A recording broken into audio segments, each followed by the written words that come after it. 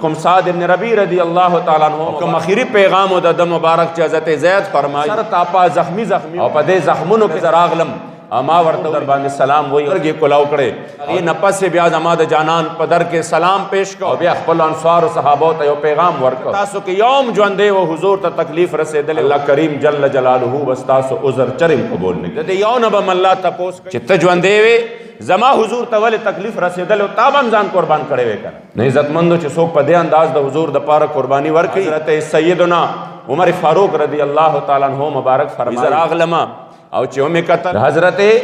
سیدنا ابوبکر صدیق رضی الله تعالی عنہ مبارک پسینه مبارک باندې دو ماشومان بچي وړې وړې پسینه باندې ناشته وي آتما رش کو او ډېر حیران شو دې دومره بختور سینه باندې دا سوق دي دا ماشومان سینه چې د کمه په بارک به حضرت عمر فاروق فرمایل کاش چې زه یو وخته وغه وخته د سیدنا ابوبکر صدیق پسینه